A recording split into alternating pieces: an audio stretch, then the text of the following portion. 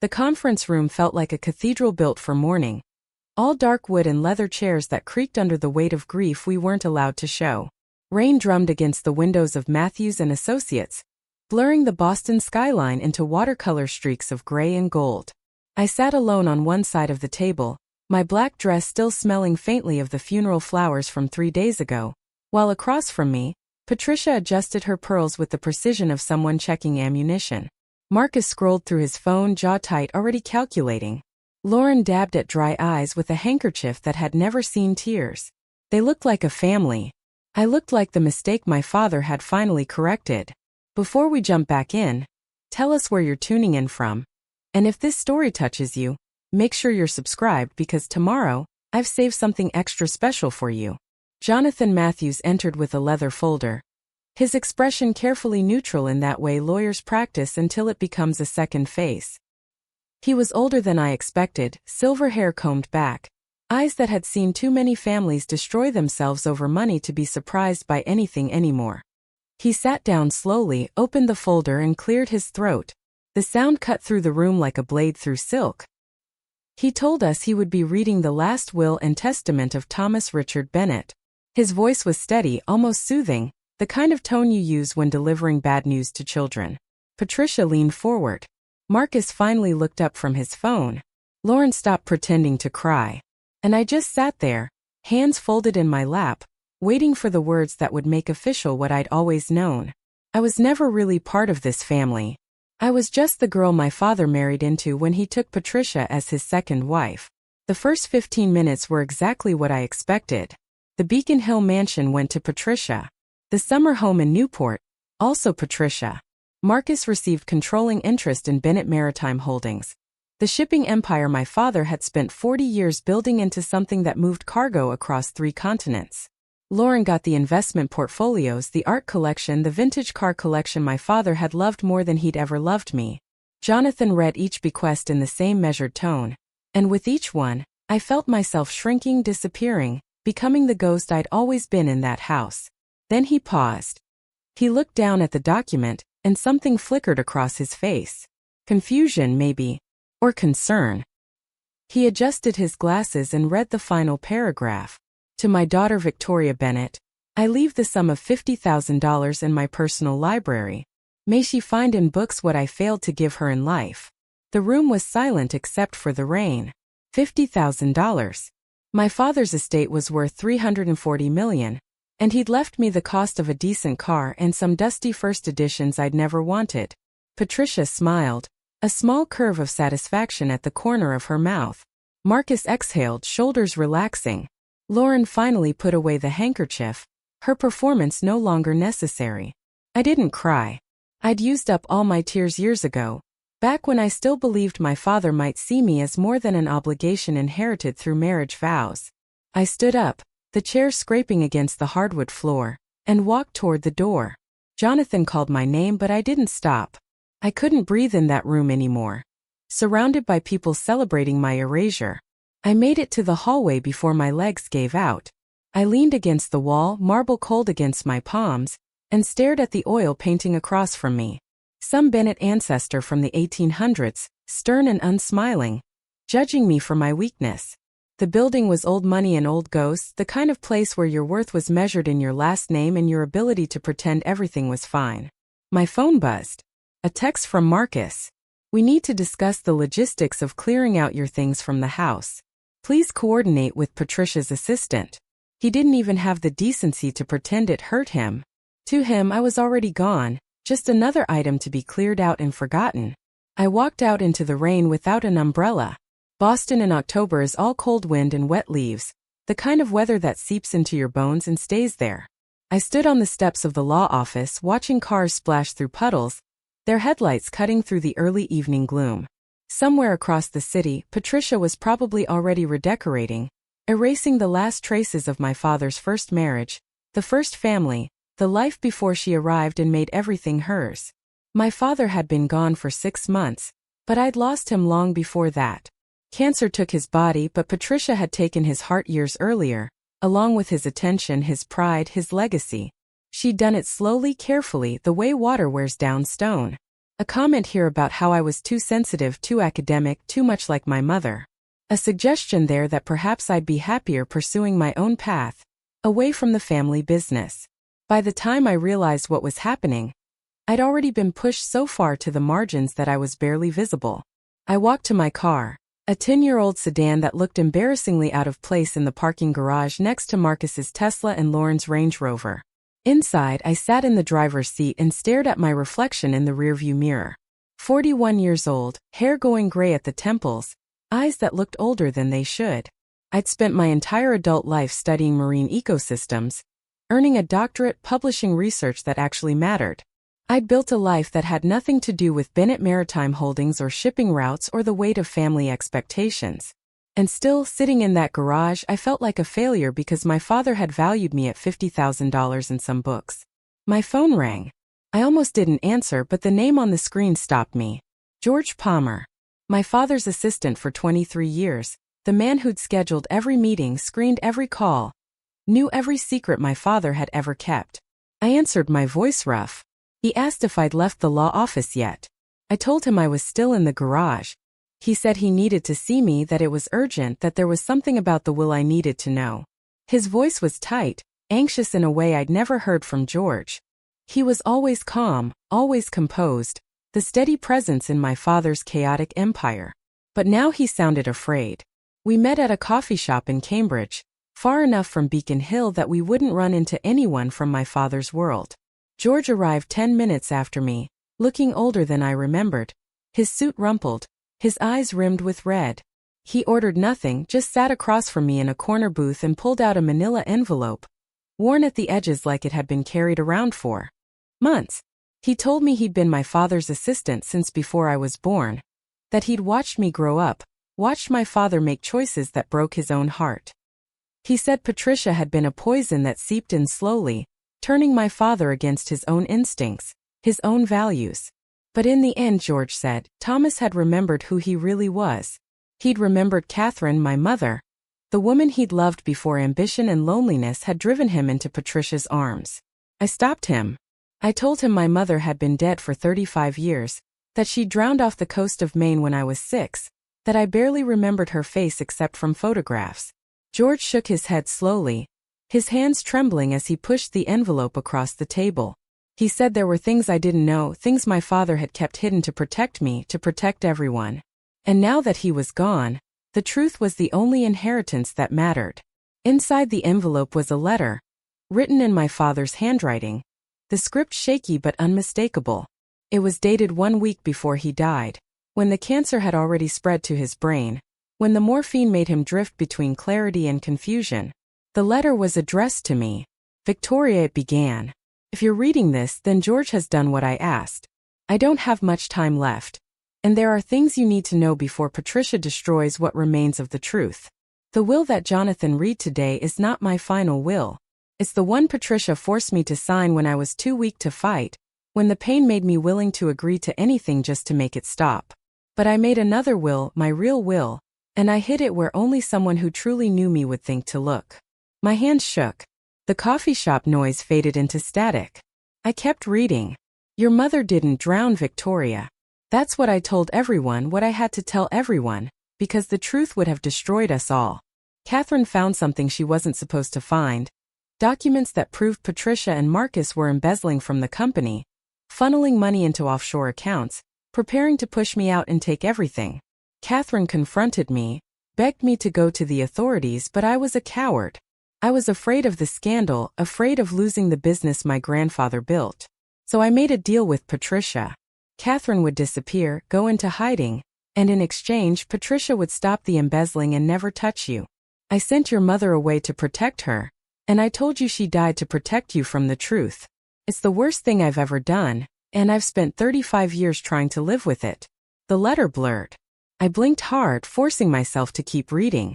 The second will is hidden in the lighthouse at Harborview, the one I bought 30 years ago, the one I never sold even though Patricia wanted me to. Preparing and narrating this story took us a lot of time, so if you are enjoying it, subscribe to our channel, it means a lot to us. Now back to the story. It's in the lamp room, behind the fourth panel from the east window. In that will, I've left everything to you. The house, the company, the investments, everything. Patricia and Marcus and Lauren get nothing. Because they've already taken enough. I know this will seem impossible. I know you'll doubt everything, but George will help you. He has documents, proof of what Patricia has done. Proof that the will Jonathan Reed was signed under duress. Fight for this, Victoria. Fight for yourself, for your mother, for the life I stole from both of you. The combination to open the panel is your mother's birthday. You'll remember. I made sure you would. The letter was signed simply Dad. Not Father, not Thomas, just Dad. The name I'd stopped using when I was 12, when I realized he'd chosen his new family over me. George was watching me, waiting. I looked up at him, my throat tight, and asked if he knew what was in the letter. He nodded slowly and said he'd helped my father write it, that he'd been there the night Thomas had hidden the second will, that he'd witnessed the signature and notarized it himself. He said Patricia had manipulated the first will by bringing in doctors who would testify that my father wasn't mentally competent, by convincing him that if he didn't sign, she'd contest everything and drag the family through years of legal battles. Thomas had been dying, exhausted, and he'd sign just to have peace. But 3 days later, when the morphine cleared enough for him to think straight, he called George to his bedside and dictated the real will. I asked George why he hadn't said something during the reading, why he'd let Jonathan present the false will as if it were legitimate. George looked down at his hands, weathered and spotted with age, and said he'd been afraid. Patricia had made threats, subtle but clear.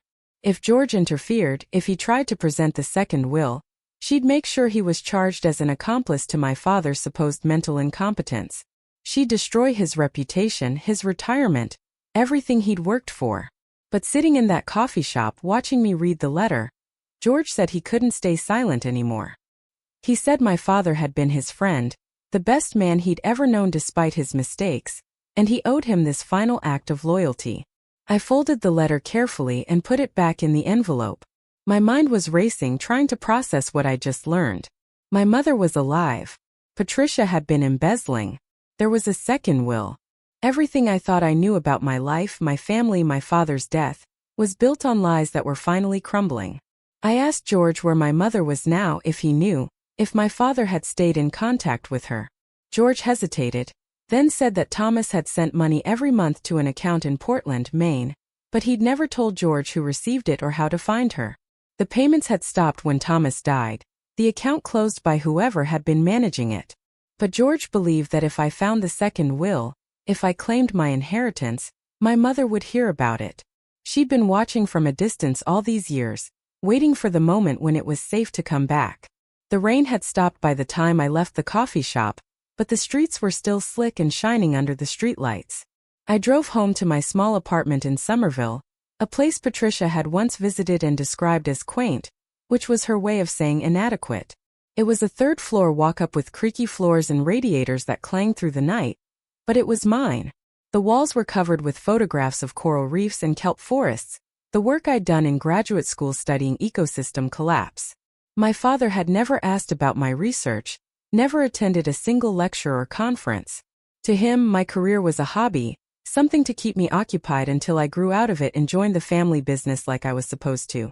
I sat at my kitchen table and read the letter again, and then again, memorizing every word. The lighthouse at Harborview. I knew the place. My father had taken me there twice when I was a child, before my mother disappeared, before everything fell apart. It was a small coastal town in Maine, the kind of place where tourists came in summer and locals hunkered down in winter. The lighthouse had been decommissioned in the 1980s, turned into a private residence, and my father had bought it on a whim. At least that's what he'd told everyone. Now I understood. He'd bought it as a hiding place, a monument to his guilt, a place where he could keep the truth locked away from Patricia's reach. I opened my laptop and searched for Harborview, Maine. The town had a population of about 2,000, most of them fishermen or artists who'd fled the city for something quieter. The lighthouse sat on a rocky point at the edge of town, accessible by a narrow road that wound along the cliffs. According to property records, it was still owned by the Bennett Family Trust, which meant Patricia couldn't sell it without going through probate, which meant I still had time. That night I barely slept. Every time I closed my eyes, I saw my mother's face from old photographs, trying to imagine what she looked like now. if she'd aged the way I had, if she'd ever thought about coming back. I thought about my father, dying in that mansion, surrounded by people who were counting his money before his heart stopped beating, knowing he'd sent his wife away and lied to his daughter for 35 years. I thought about Patricia, sleeping in my mother's bed, wearing my mother's jewelry, living the life that should have been someone else's. By dawn I'd made my decision. I would drive to Harborview, find the second will, and bring it back to Boston.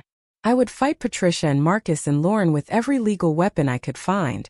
And I would find my mother, wherever she was hiding, and tell her that it was finally safe to come home. I called in sick to work, threw some clothes into a bag and started driving north. The highway stretched out gray and endless, lined with trees just starting to turn orange and red. I drove past Portland, past the exit for my father's summer office, past the turnoff for the beach where my mother had supposedly drowned. The landscape grew wilder, rockier, the ocean appearing and disappearing between hills covered in pine and birch. Harborview appeared suddenly, a cluster of white buildings huddled against the coast like they were trying to keep warm. The main street had a general store, a post office, a diner with a faded sign advertising lobster rolls. I drove slowly through town, feeling eyes on me from windows and porches, the way small towns always watch strangers. At the end of a winding coastal road, past houses that grew farther apart and more weathered, the lighthouse rose against the sky. It was taller than I remembered, white paint peeling, the lamp room dark and empty. The keeper's cottage attached to the base looked abandoned, shutters hanging crooked, grass growing wild around the foundation. I parked and got out, the wind immediately cutting through my jacket, carrying the smell of salt and seaweed and something older, like stone that had been standing against storms for 100 years. The door was locked, but George had given me a key, old brass worn smooth from decades of use. It turned with a grind of rust, and the door swung inward, revealing a dim interior that smelled of mildew and dust. Inside, everything was exactly as I remembered from childhood visits. The same wooden staircase spiraling up, the same narrow windows letting in slices of gray light, the same sense of isolation, like the world outside didn't quite exist here. I climbed the stairs slowly, each step creaking under my weight. The walls were covered with old photographs, images of the lighthouse in its working days, keeper standing proudly beside the lamp, ships passing safely in the night. At the top, the lamp room opened up, all windows and iron framework, the massive Fresnel lens still in place though dark and dusty. The ocean spread out below, restless and gray, waves breaking white against the rocks. I counted the panels from the east window. 1, 2, 3, 4. The fourth panel looked identical to the others, but when I pressed on it, I felt something give. I tried to slide it, to lift it, to pull it, nothing worked. Then I remembered the combination, my mother's birthday. June 14th, 1952. 6/14/52. But there was no keypad, no obvious lock. I ran my hands along the edges of the panel, and my fingers found small indentations, barely visible. 6 of them arranged vertically. I pressed them in sequence 6, 1, 4, 5, 2. Something clicked deep inside the wall. The panel swung outward on hidden hinges, revealing a space about 2 feet deep. Inside was a metal box, the kind you'd use for important documents, fireproof and waterproof. My hands were shaking as I lifted it out.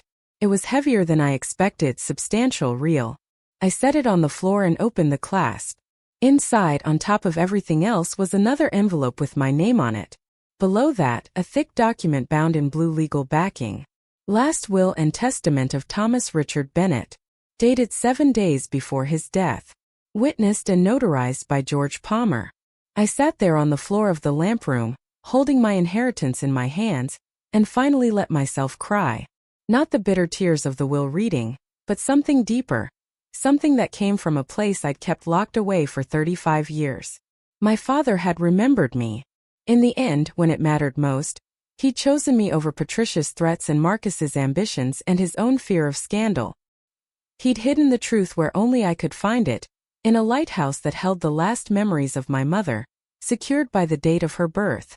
The wind howled around the lamp room, rattling the windows, and somewhere far below, the ocean crashed against rocks that had stood for millennia. I opened the will and began to read. My father's final words to a daughter he'd failed to protect but never stopped loving. I read the will 3 times before I could fully process what it said. Every asset, every property, every share of Bennett Maritime Holdings was left to me. The Beacon Hill Mansion, the Newport Summer House, the company my great-grandfather had founded in 1873, all of it mine. Patricia received nothing. Marcus received nothing. Lauren received nothing. The document was clinical in its precision, listing properties and account numbers and legal descriptions with the detached efficiency of a surgeon removing diseased tissue. But at the end, in a section labeled Personal Statement, my father's voice came through clear and raw. He wrote that he had lived as a coward for 35 years, that he had chosen comfort over courage, that he had let Patricia poison his judgment and corrupt his values because it was easier than fighting. He wrote that Marcus had been embezzling since the day he turned 25, that Lauren had forged his signature on loan documents, that together they had siphoned millions from the company while he looked the other way because confronting them would mean admitting he'd married a criminal. He wrote that the only honest thing he'd done in decades was protect me by keeping me far from their influence, even though it meant I grew up thinking he didn't love me. The protection had looked like rejection, and he knew I'd spent my whole life trying to understand why I wasn't enough. But I was enough, he wrote. I was the only one who'd ever been enough. I'd built a life on my own terms, free from the corruption that had rotted his family from the inside. He was proud of me in ways he'd never learned to express, proud that I'd become someone who studied the natural world instead of exploiting it, someone who asked questions instead of demanding answers, someone who looked like Catherine and carried her goodness in ways that had terrified him because it reminded him of everything he'd destroyed. The letter ended with an apology and a request. He was sorry for the childhood I'd endured, for the loneliness, for the feeling that I had to earn love through perfection when love should have been given freely. And he asked that when I found my mother, when I brought her home, I would tell her that he'd never stopped loving her, that sending her away had broken something in him that never healed, that if he could do it over, he would have fought Patricia and taken his chances with scandal and prosecution because nothing they could have taken from him would have hurt as much as losing Catherine. I folded the letter carefully and placed it back in the metal box along with the will. The lamp room had grown colder as afternoon faded toward evening, the light through the windows turning amber and long. I could hear the ocean more clearly now, rhythmic and patient, the sound of something that had been here long before the lighthouse and would remain long after it crumbled. I sat with my back against the wall and stared at the Fresnel lens, imagining it blazing to life, warning ships away from the rocks, saving lives through simple persistence. My phone buzzed, shattering the quiet. A text from Patricia. We need to discuss the timeline for vacating the premises. The house must be cleared by month's end. She didn't even pretend to be sympathetic, didn't cushion the eviction with false kindness. To her, I was already gone, just furniture to be removed. I thought about texting back, about telling her I had the real will, that her carefully constructed empire was about to collapse. But something stopped me. George's face in the coffee shop, the fear in his voice. Patricia had threatened him, which meant she was capable of more than just manipulation. She was dangerous when cornered. I needed help. Someone who understood the law and couldn't be bought or intimidated. I scrolled through my contacts and stopped at a name I hadn't called in 3 years. Jennifer Okafor. We'd been roommates in graduate school, both of us studying marine biology, both of us planning careers in research. But Jennifer had switched paths after her father died intestate, leaving his construction company tangled in legal disputes that took 5 years to resolve. She'd gone to law school, specialized in estate litigation, and now ran her own firm in Portland focusing on cases where families weaponized inheritance against each other. I'd gone to her father's funeral, and she'd told me then that if I ever needed help with my own complicated family, she'd be there. I called her. She answered on the third ring, her voice warm with surprise. She said my name like a question, like she was checking to make sure it was really me and not some ghost from our shared past. I told her I was in Maine, that I'd found a second will, that my father's family had cut me out of everything, but I had proof they'd been lying. There was a long pause, and then Jennifer's voice shifted, becoming sharper, more focused. She said she could meet me in Portland tomorrow morning, that I shouldn't tell anyone else about the will until we'd verified its authenticity and built a legal strategy. She asked if I was safe, if anyone knew where I was. I looked around the empty lamp room, wind whistling through gaps in the window frames, and said I was alone. Jennifer told me to stay that way. I spent the night in the lighthouse keeper's cottage, in a bedroom that still had furniture covered in dusty sheets. The bed was old but sturdy, the mattress surprisingly comfortable once I'd shaken off the decades of neglect. I lay in the dark listening to the building settle, to the ocean's constant conversation with the rocks, to the wind testing every weakness in the structure. Sleep came in fragments, interrupted by dreams of my mother standing on the shore, calling my name but never turning around so I could see her face. Morning arrived gray and cold, fog rolling in from the ocean so thick I could barely see my car from the cottage door. I locked everything carefully, tucking the metal box into my overnight bag, and drove back through Harborview.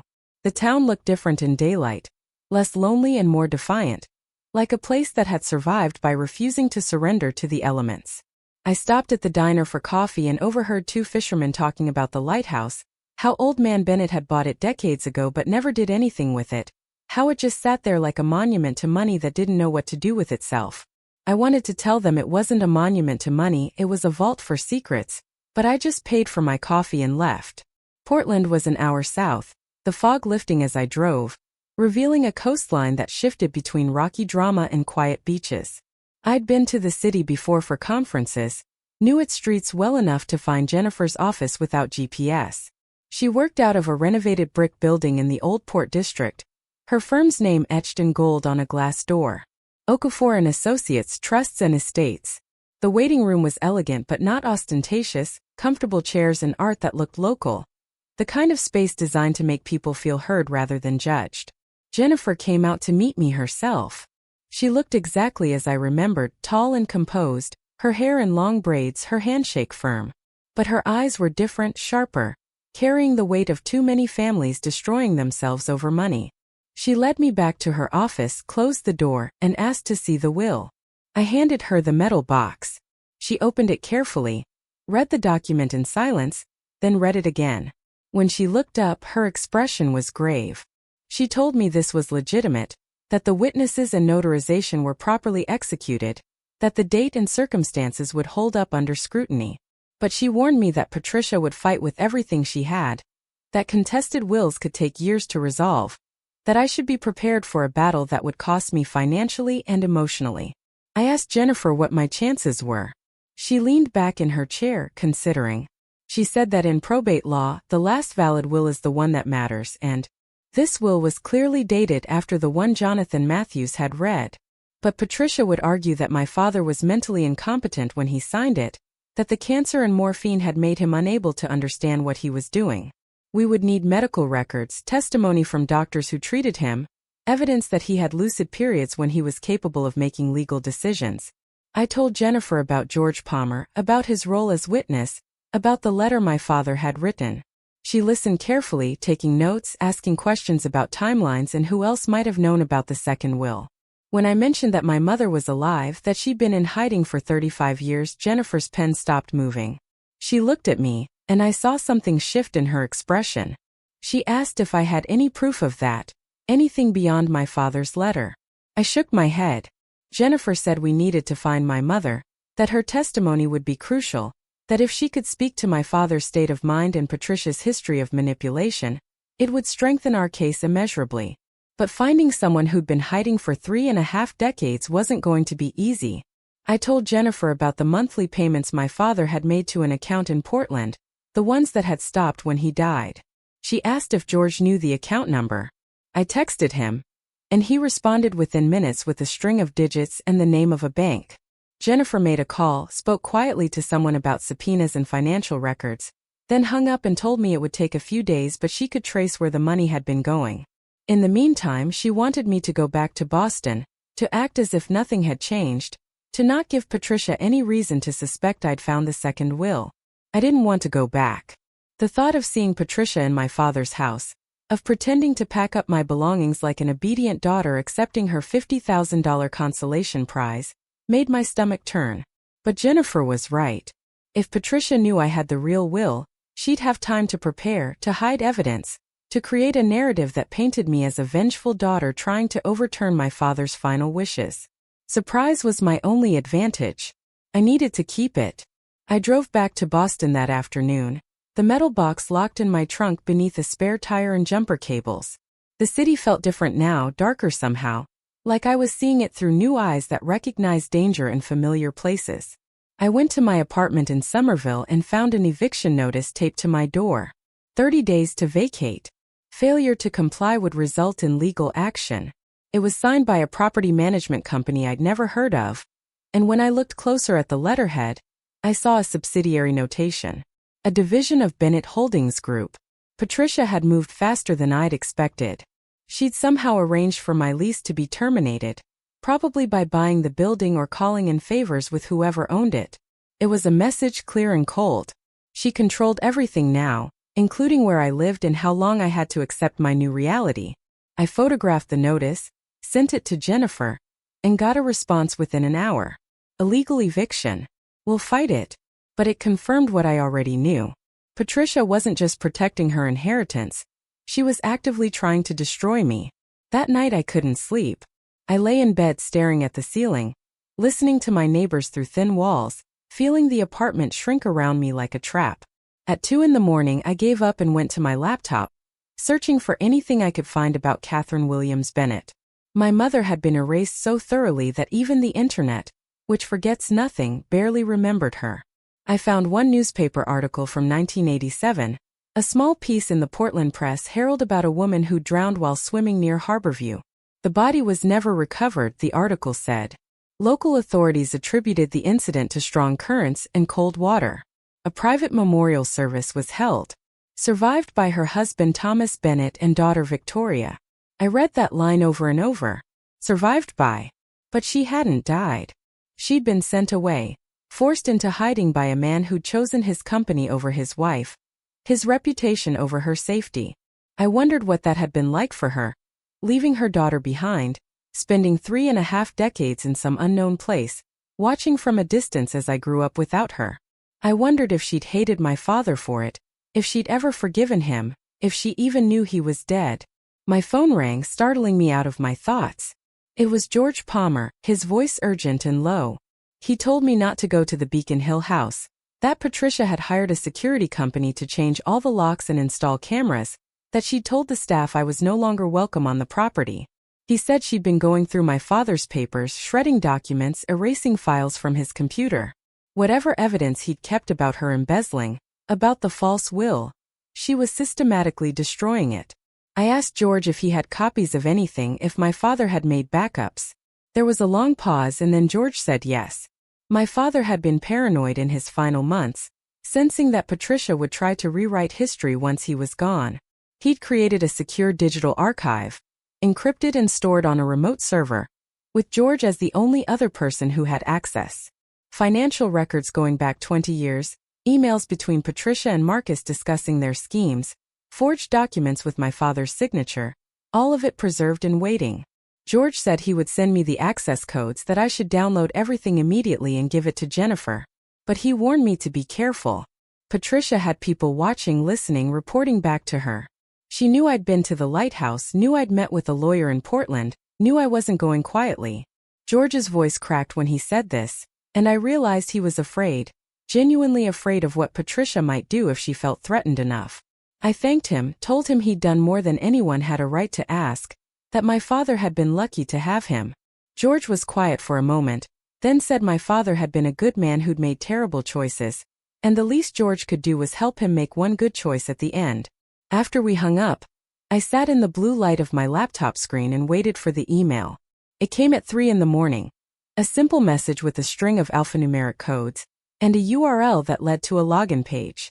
I entered the credentials and a directory appeared, folders organized by year and category, financial records, correspondence, legal documents, medical reports. Each one contained hundreds of files, a digital paper trail of everything Patricia and Marcus had done and everything my father had known but failed to stop. I started downloading, watching the progress bars crawl across my screen. It would take hours to get everything, and I didn't trust leaving it running while I slept. So I stayed awake, drinking coffee, reading through files at random. An email from Marcus to Patricia discussing how much they could skim before the auditors noticed. A forged document transferring company assets to an offshore shell corporation. A threatening letter Patricia had sent to my father when he'd questioned her about missing funds. reminding him that she knew things about Catherine's disappearance that could destroy his reputation and land him in prison as an accomplice. That last one made me stop. What did Patricia know about my mother? My father's letter had said he'd made a deal with Patricia, that Catherine would disappear and Patricia would stop stealing. But there was more to it, something darker implied in Patricia's threat. I searched through the folders for anything related to Catherine, and found a subfolder labeled simply 1987. Inside were police reports, insurance claims, and a series of photographs. The photographs showed the Grant family farm in Vermont, the place where my mother had grown up, where her parents had raised dairy cattle until they both died in a car accident when she was 19. The farm had belonged to my mother, her inheritance from a family that had worked that land for 4 generations. But according to the documents in the folder, the farm had burned down in October 1987, 4 months after my mother's supposed drowning. Arson was suspected but never proven. The insurance payout had gone to my father as Catherine's widower and heir. I felt sick. My father hadn't just sent my mother away. He'd stolen her inheritance, destroyed her family's legacy, and profited from it. And Patricia had known, had helped orchestrate it, had used that knowledge to control him for the rest of his life. The deal they'd made wasn't just about the embezzling. It was about mutual assured destruction, both of them holding secrets that could send the other to prison, locked in a marriage built on blackmail and shared guilt. By dawn, I had everything downloaded onto 3 separate hard drives, each one encrypted and hidden in a different location. One in my apartment, one in a safety deposit box at a bank in Cambridge, one shipped overnight to Jennifer's office in Portland. I wasn't taking chances. This evidence was the only thing standing between me and total erasure, and I would protect it the way my father should have protected my mother. I took a shower, put on clean clothes, and made myself breakfast I couldn't eat. At 8 in the morning, my phone rang. It was Jonathan Matthews, the lawyer who'd read the first will. His voice was strained, professional but uncomfortable. He said he needed to see me, that something had come to his attention regarding my father's estate, that it was urgent we meet as soon as possible. I told him I could be at his office in an hour. He said no, not the office, somewhere private. He suggested a park bench near the Charles River Esplanade, away from buildings and cameras and anyone who might overhear. I met him at 10, the morning cold and bright, joggers passing in steady streams, the river reflecting clouds like moving glass. Jonathan looked older than he had at the will reading, his face drawn, eyes nervous. He didn't sit down, just stood near the bench, hands in his coat pockets. He told me he'd been my father's attorney for 15 years, that he'd handled every major legal matter for the Bennett family, that he'd considered Thomas a friend, and he'd made a terrible mistake. The will he'd read at the office, he said, wasn't the one my father had given him. 3 weeks before Thomas died, he delivered a new will to Jonathan's office, sealed and notarized, with instructions that it be kept in the firm's vault and not opened until after his death. But when Jonathan had gone to retrieve it for the reading, the vault had contained a different document. Same blue legal backing, same witness signatures, but different contents. Someone had switched them. I asked him who had access to the vault. Jonathan's face tightened. Only senior partners at the firm, he said. And Patricia Bennett, who'd been given special access years ago because she'd done legal work for the firm before marrying my father. She'd been a paralegal, had keys to parts of the building, had maintained relationships with staff even after she'd stopped working. She would have known how to get into the vault, would have had time to make the switch while my father was dying and no one was paying attention to paperwork. Jonathan pulled out his phone and showed me something. A photograph of a security log from the firm's building, dated 6 days before my father's death. Patricia had signed in at 11 at night, claiming she needed to retrieve documents for Thomas's medical care. She'd been alone in the building for 47 minutes, long enough to open the vault, replace one will with another, and lock everything back up as if she'd never been there. I asked Jonathan why he was telling me this, why he was risking Patricia's wrath and possibly his career. He looked out at the river, watching a rowing crew slice through the water in perfect synchronization. He said because his job was to execute his client's true wishes, not to participate in fraud. He'd suspected something was wrong when he'd read the will, when the language hadn't sounded like Thomas, when the distributions had seemed designed to punish rather than reflect his values. But he'd had no proof until yesterday, when he'd asked the vault manager to pull the access logs and seen Patricia's name. He told me he couldn't officially help me, couldn't file documents or represent me in court, because it would create a conflict of interest and expose the firm to liability. But he could point me in the right direction, could tell me what I needed to prove and how to prove it. And he could testify, if it came to that, about the vault breach and the suspicious circumstances surrounding the will substitution. He said my father had deserved better than what his family had done to him, and I deserved better than being erased from my own inheritance. We stood there in silence for a moment, watching the river flow east toward the harbor. Jonathan finally looked at me, and I saw something in his eyes that might have been guilt or grief or just exhaustion from watching too many families destroy themselves over money. He told me to be careful, that Patricia had resources and connections, that she wouldn't hesitate to use every weapon at her disposal. Then he walked away, hands still in his pockets, shoulders bent like he was carrying something too heavy to hold upright. I sat on the bench after he left, feeling the cold seep through my coat. The pieces were coming together, the conspiracy revealing its full shape. Patricia had switched the wills, destroyed evidence, threatened George, and now she was systematically cutting me off from everything my father had left me. But she'd made mistakes. She'd left trails in security, logs and encrypted files and the memories of people like George and Jonathan, who'd cared about my father enough to risk telling the truth. My phone buzzed with a text from Jennifer. Found the account. Money was going to a trust in the name of C. M. Williams. Beneficiary lives in Kennebunkport. Sending you the address now. My breath caught. C. M. Williams. Catherine Margaret Williams. My mother. She was less than an hour away, living under her maiden name in a small coastal town I'd driven through 100 times without knowing she was there. I stood up from the bench, my legs unsteady, my heart hammering against my ribs. Everything was accelerating now, the truth emerging from decades of burial, pulling me toward a confrontation I wasn't sure I was ready for. But ready or not, it was time to find my mother and tell her that the man who'd sent her away was dead, that the woman who'd stolen her life was about to lose everything, and that the daughter she'd left behind was finally coming home. The address Jennifer sent me led to a small cottage on Ocean Avenue in Kennebunkport, a street lined with weathered homes that faced the Atlantic with quiet dignity. I drove slowly, checking house numbers against the peeling paint on mailboxes, my hands gripping the steering wheel so tightly my knuckles had gone white. The cottage was pale yellow with dark green shutters, a garden out front that had been tended with obvious care, chrysanthemums still blooming despite the cold, a small herb garden protected by glass cloches. A bicycle leaned against the porch railing, its basket holding what looked like library books wrapped in a plastic bag. I sat in my car across the street for 20 minutes, unable to move. What do you say to a mother who's been dead for 35 years? How do you introduce yourself to someone who left you when you were 6, who made a choice that had echoed through your entire life, shaping every relationship, every doubt, every moment you'd wondered if you were worth staying for?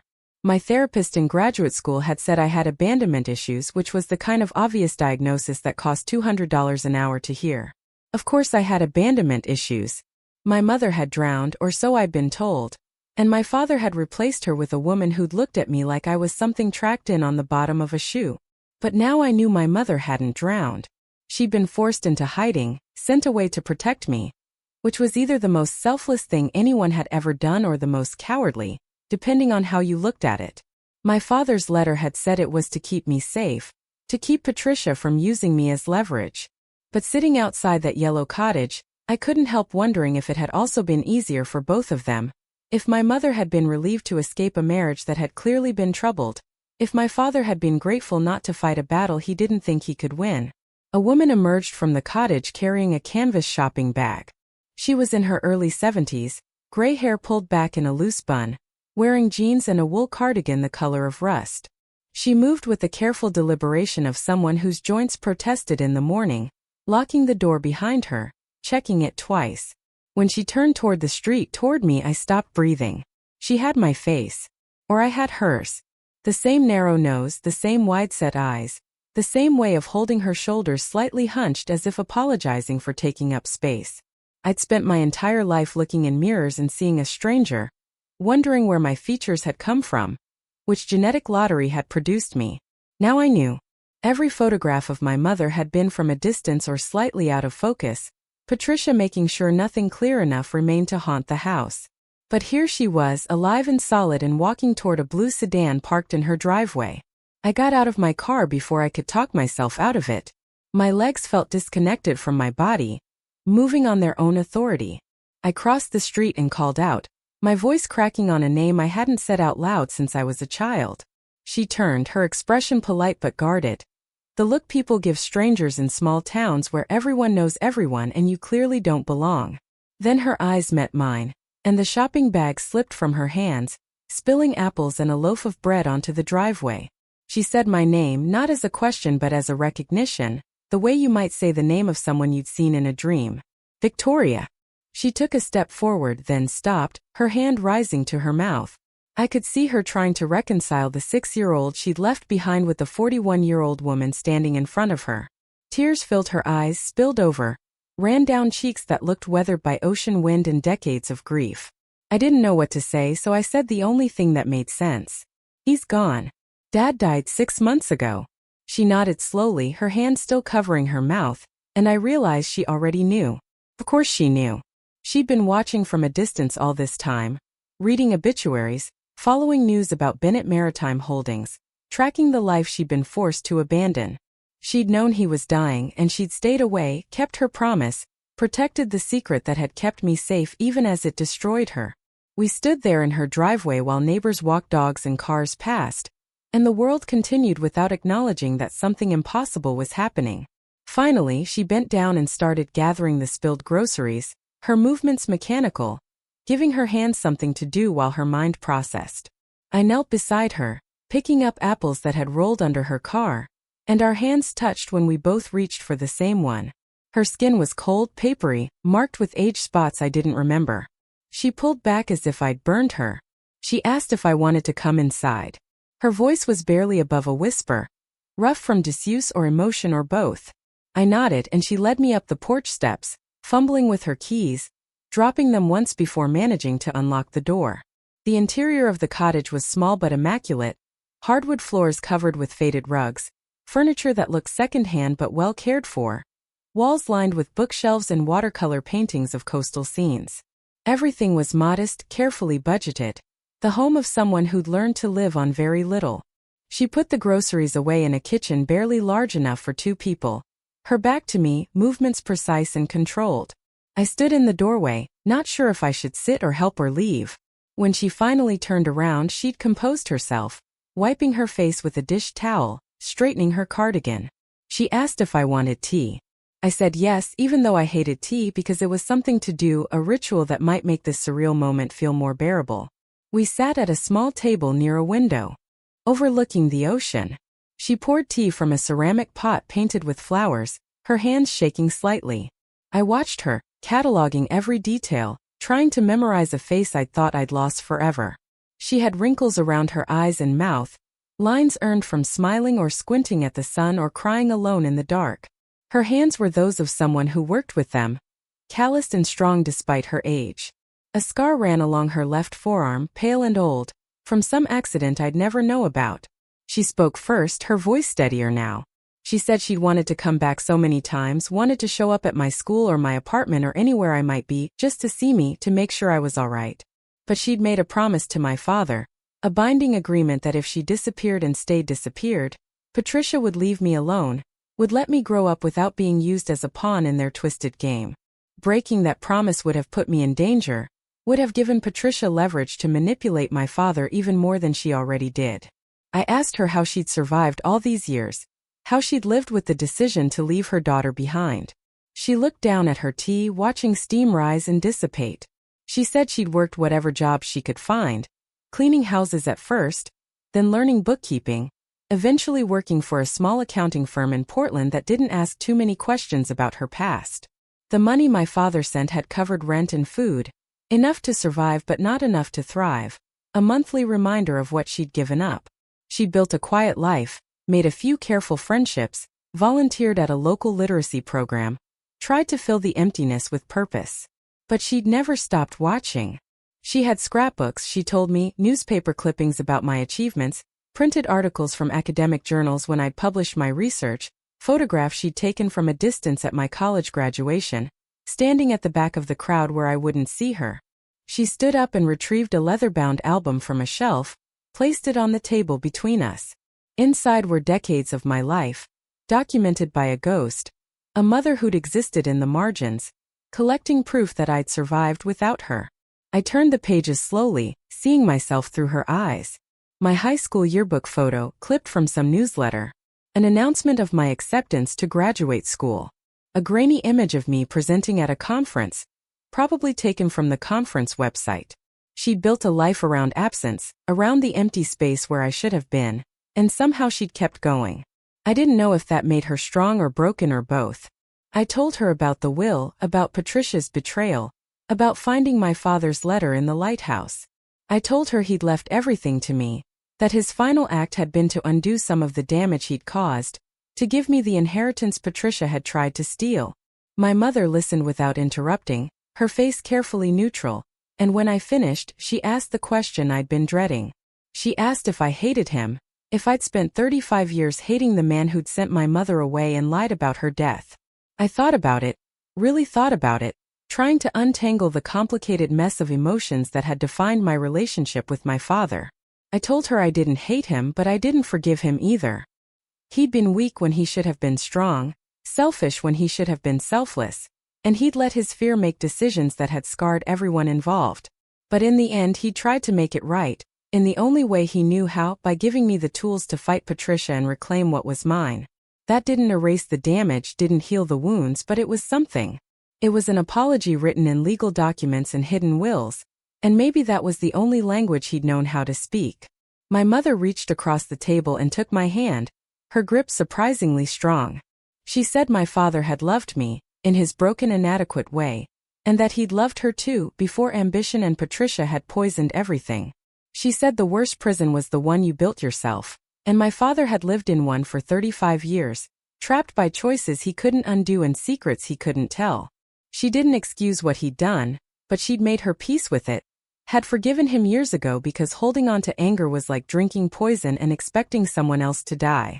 I asked her if she'd testify, if she'd come back to Boston and tell a judge what Patricia had done, how she'd forced this arrangement, how she'd embezzled and blackmailed and turned my father into an accomplice.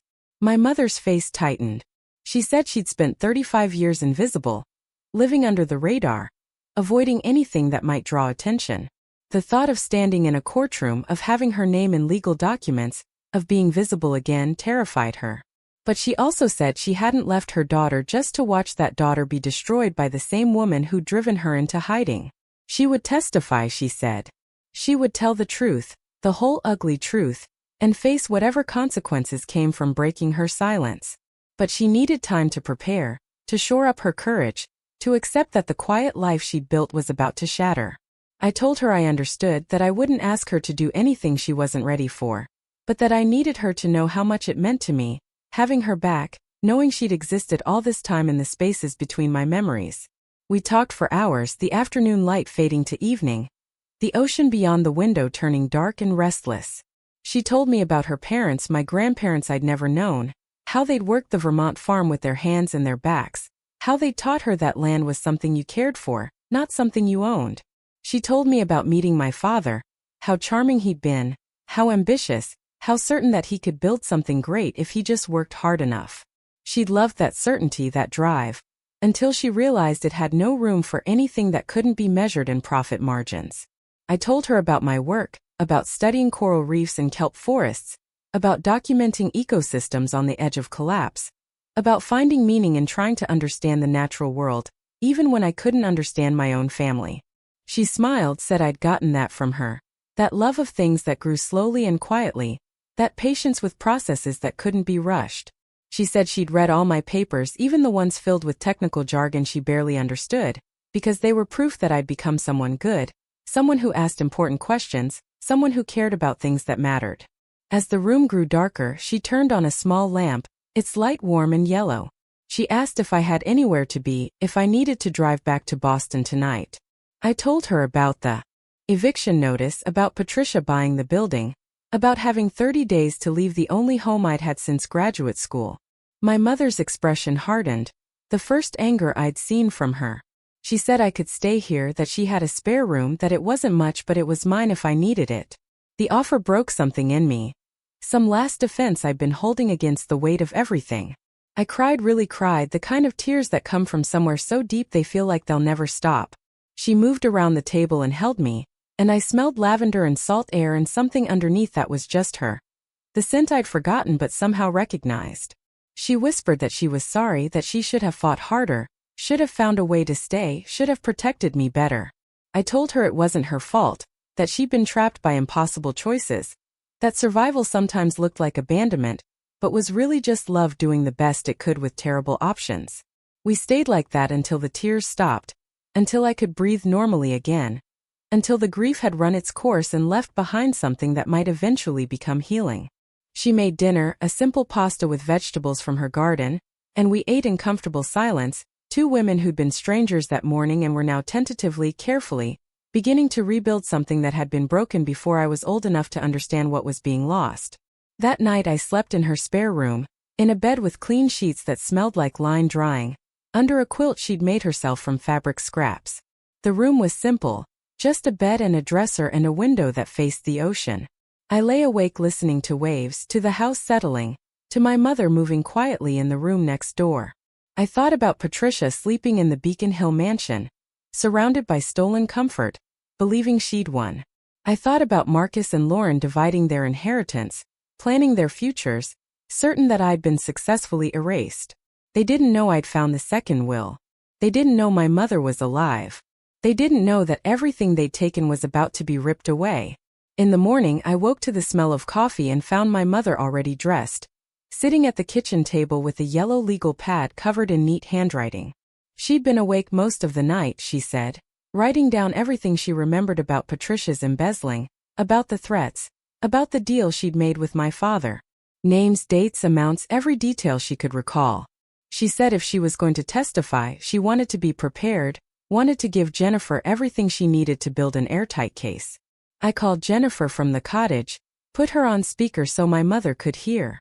Jennifer's voice was professional, but I could hear the excitement underneath.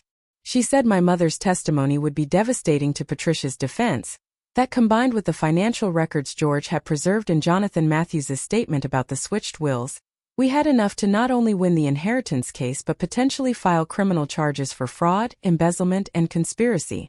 The case would be complicated, Jennifer warned, and it would take months, but she was confident we would prevail.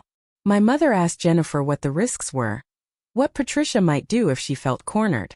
Jennifer was quiet for a moment, and when she spoke, her voice was careful. She said Patricia had already shown she was willing to destroy evidence, threaten witnesses, and abuse her power. It was possible she might escalate, might try to discredit my mother or me, might even attempt something more dangerous. We would need to be careful, to document everything, to never be alone with her or anyone loyal to her.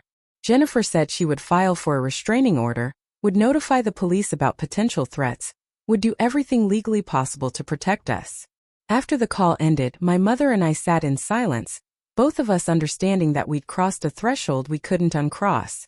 We were committed now, to the fight, to the truth, to each other. She reached across the table and squeezed my hand, and I saw in her eyes the same determination I felt building in myself. We'd been victims long enough. It was time to stop running and start fighting. I spent the next 3 days in Kennebunkport, helping my mother prepare her testimony, going through old photographs and documents she'd saved, building a timeline of Patricia's crimes. We worked side by side at her kitchen table, papers spread across every surface, reconstructing a history that had been deliberately obscured. My mother remembered things with startling clarity, conversations she'd overheard, bank statements she'd seen, warnings she'd given my father that he'd ignored. She'd known Patricia was dangerous from the beginning, had tried to make him see it, but he'd been blinded by loneliness and Patricia's calculated charm. In the evenings we walked along the beach, bundled against the cold, talking about things that had nothing to do with wills or inheritance or betrayal. She told me about books she'd read, about the literacy program where she helped adults learn to read, about a stray cat that had adopted her and refused to leave. I told her about my research, about diving in cold water among forests of kelp, about the strange beauty of ecosystems most people never saw. We were learning each other again, building a relationship from fragments, and it felt both familiar and entirely new. On the fourth day, Jennifer called with news. She'd filed the second will with the probate court, along with supporting documentation and a motion to invalidate the first will based on fraud. Patricia had been served that morning. Jennifer said the reaction had been immediate and explosive. Patricia's lawyers had called within an hour, threatening countersuits, demanding meetings, insisting the second will was a forgery. But Jennifer had anticipated this, had documentation proving the will's authenticity, had statements from George and Jonathan ready to file if needed. The real shock, Jennifer said, came when Patricia's lawyers learned that Catherine Bennett was alive and prepared to testify. There had been a long silence on the phone, followed by heated conversation Jennifer could hear in the background.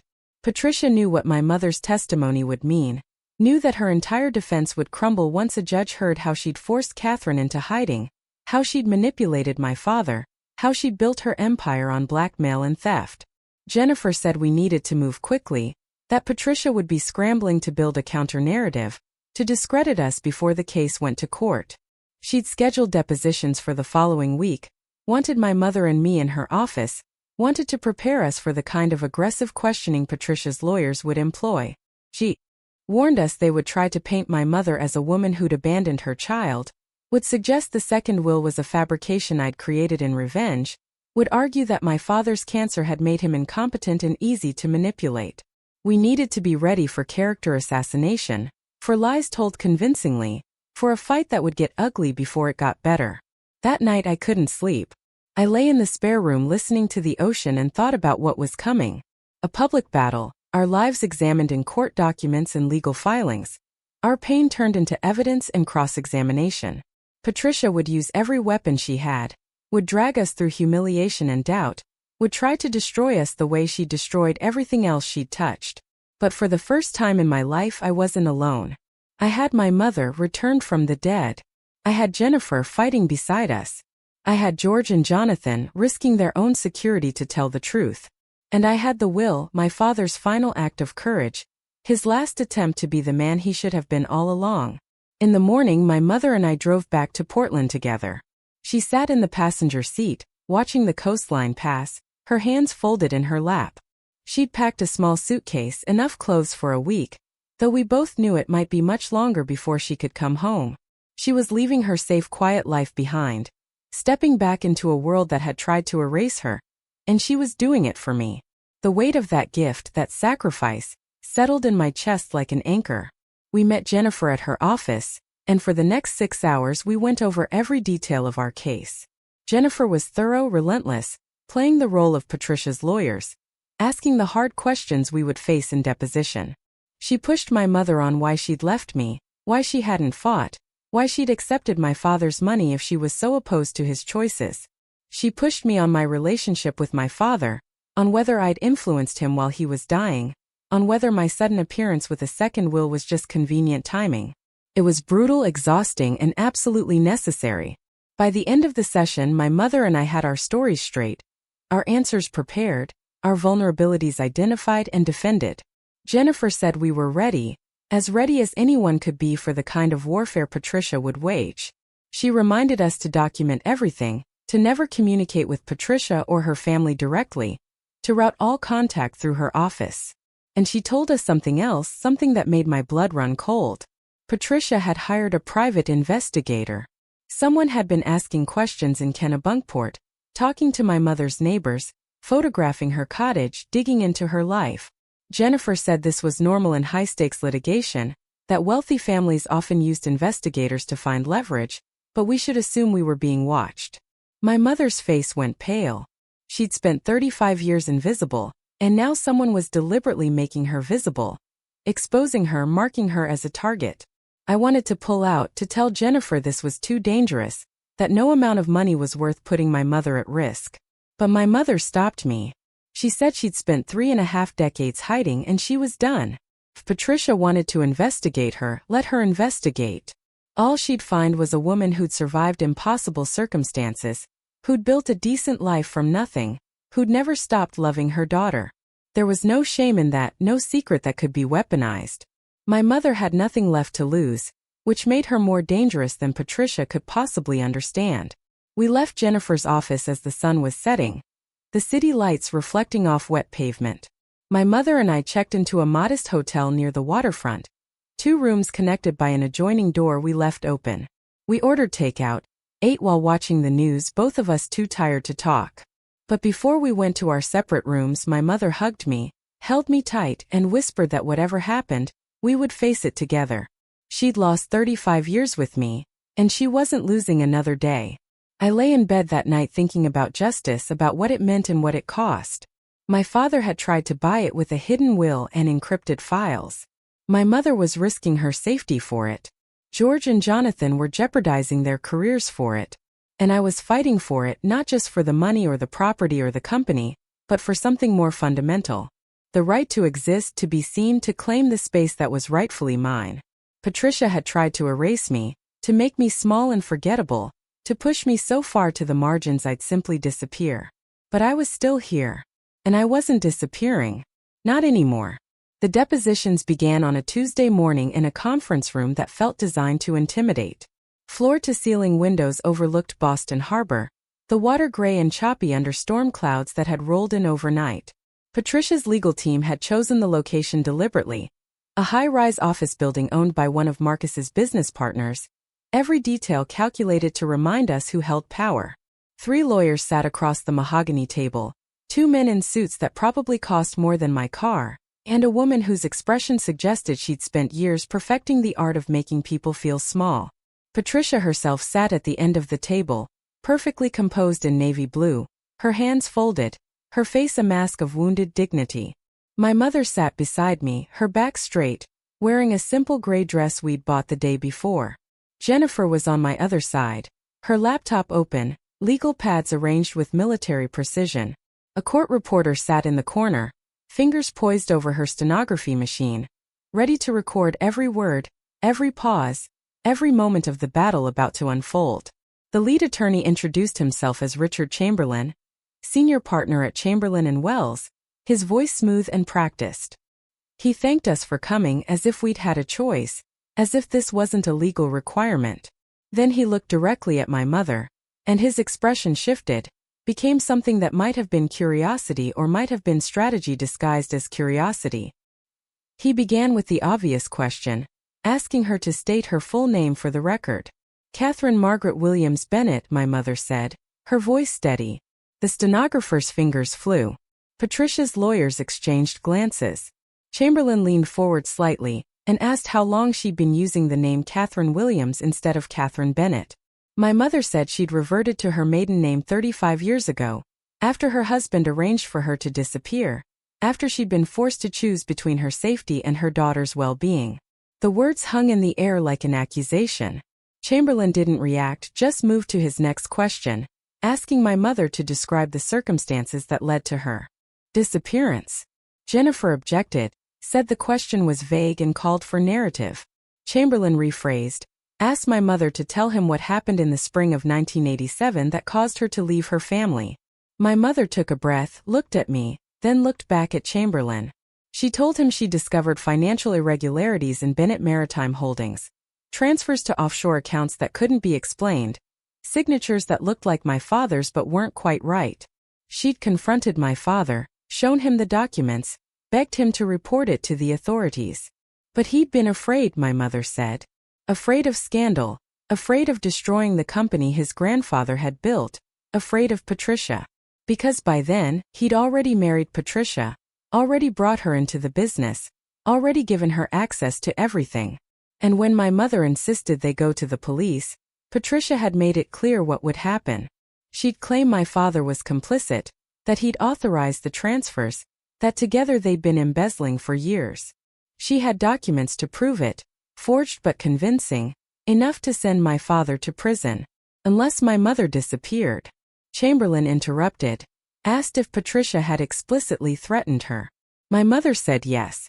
Patricia had come to their home, to the Beacon Hill house, and told my mother that if she didn't leave, if she didn't take the deal being offered, my father would go to prison and I would end up in foster care. Patricia had connections at Child Protective Services, she'd said, friends who could make sure I never saw my father again. So my mother had a choice. Leave and know I was safe, or stay and watch everything collapse. The conference room was silent except for the sound of the stenographer's machine. Patricia's face remained impassive, but I saw her jaw tighten, saw her fingers press together. Chamberlain made a note on his legal pad, then asked my mother if she had any proof of these threats, any recordings or witnesses or documentation. My mother said no, it had been a private conversation, just the two of them, Patricia's word against hers. Chamberlain smiled slightly, as if this was the answer he'd been hoping for. He moved on, asked about the money my father had sent her over the years, monthly payments that totaled more than $2 million. He asked if that wasn't essentially blackmail, my mother demanding payment in exchange for her silence. Jennifer objected immediately, said the question was argumentative and assumed facts not in evidence. Chamberlain withdrew the question but said they'd return to it later. He asked instead about my mother's relationship with me, why she'd never attempted to contact me, why she'd allowed me to believe she was dead. My mother's voice wavered for the first time. She said it was the hardest thing she'd ever done, walking away from her daughter, letting me think she'd drowned. But she believed it was temporary, believed that once the embezzling investigation was over, once Patricia was prosecuted, she could come back. She'd never imagined it would be 35 years. She'd never imagined my father would protect Patricia instead of exposing her, would spend decades trapped in a marriage built on mutual blackmail, would wait until he was dying to finally try to make things right. Chamberlain asked if she'd watched me grow up from a distance. My mother said yes. He asked if that wasn't stalking, if following her own daughter, photographing her, collecting information about her without her knowledge or consent wasn't a violation. Jennifer objected again, said opposing counsel was harassing the witness. The female lawyer who'd introduced herself as Monica Reeves spoke up, said they were simply trying to establish a pattern of behavior, trying to understand what kind of mother abandons her child, and then claims it was for that child's protection. I felt rage rising in my chest, hot and immediate. Jennifer put a hand on my arm, a subtle warning to stay calm, to let her handle it. She said her client had answered the question, that she'd left to protect her daughter from Patricia's threats, and that twisting that sacrifice into something sinister was exactly the kind of bad faith tactic she'd expected from this legal team. Chamberlain said they were simply seeking the truth, and Jennifer said the truth was that Patricia Bennett had committed multiple felonies, and was now trying to destroy anyone who might expose her. The deposition continued for 6 hours, breaking only for lunch that none of us could eat. Chamberlain went through every year of my mother's exile, asking about jobs, addresses, relationships, trying to find something that would discredit her. He asked if she'd filed taxes, if she'd used a social security number that wasn't hers, if she'd ever broken the law in her efforts to stay hidden. My mother answered everything calmly, admitted she'd worked under the table for the first few years, admitted she'd been afraid to leave a paper trail, admitted she'd done what she had to do to survive. Then it was my turn. Chamberlain turned his attention to me, asked me to describe my relationship with my father. I told him it had been distant, complicated, that I'd spent most of my life feeling like I didn't quite belong in his world. He asked if I resented him. I said yes sometimes. He asked if I blamed him for my mother's death. I said I had before I learned she was alive. He asked if finding out she'd been alive all this time had made me angry at my father. I said it had made me angry at everyone who'd lied, including him. Chamberlain asked about the lighthouse, how I'd known to look there, how I'd known the combination to open the hidden panel. I told him about my father's letter, about George Palmer giving me the information I needed. He asked if I'd known about the second will before my father died. I said no. He asked if I'd had any contact with my father in his final weeks. I said I'd visited him twice, both times he'd been heavily sedated, barely conscious. He asked if I'd discussed his will during those visits. I said no, we'd barely spoken at all. He showed me a document, a visitor log from the hospice facility where my father had died. My signature appeared 3 times, not twice. I looked at it, confused, and realized someone had forged my name. The handwriting was close but not quite right, the loops slightly different. I told Chamberlain I hadn't signed that log, that I'd only visited twice, that someone had falsified the record. He asked who would do that. I said whoever wanted to make it look like I'd been manipulating my father, Whoever was trying to suggest the second will had been my idea instead of his. Jennifer jumped in, asked to see the document, compared it to my actual signature on other papers. She pointed out the differences, said clearly someone had doctored the log to support their narrative. Monica Reeves said that was speculation, that my denial was convenient but not conclusive. Jennifer said we'd be happy to have a handwriting expert examine the document, that we were confident it would prove forgery. Chamberlain made a note, said they'd consider that, moved on to the next question. He asked about my finances, how much debt I had, whether I needed money. I told him I lived comfortably on my salary, that I'd never asked my father for financial support as an adult, that I deliberately kept my distance from his wealth. He asked if $50,000 seemed like enough inheritance given my father's net worth of $340 million. I said it had seemed like exactly what I'd expected, which was close to nothing. He asked if that had made me angry. I said it had made me sad because it confirmed what I'd always believed, that I didn't matter to him. Chamberlain paused, seemed to consider his next move. He asked if I'd ever threatened Patricia or my father, if I'd ever expressed a desire to see them suffer. I said no, I just wanted to be left alone. He pulled out another document, an email allegedly from me, sent 2 years earlier, full of angry accusations about how my father had destroyed my childhood and how Patricia had poisoned our family. I looked at it, felt my stomach drop. I'd never written that email. The address was similar to mine but not exact, off by one letter, a sophisticated fake. Jennifer demanded to know where they'd obtained that email, said it was clearly fabricated, said we'd be reporting this to the Bar Association for suborning false evidence.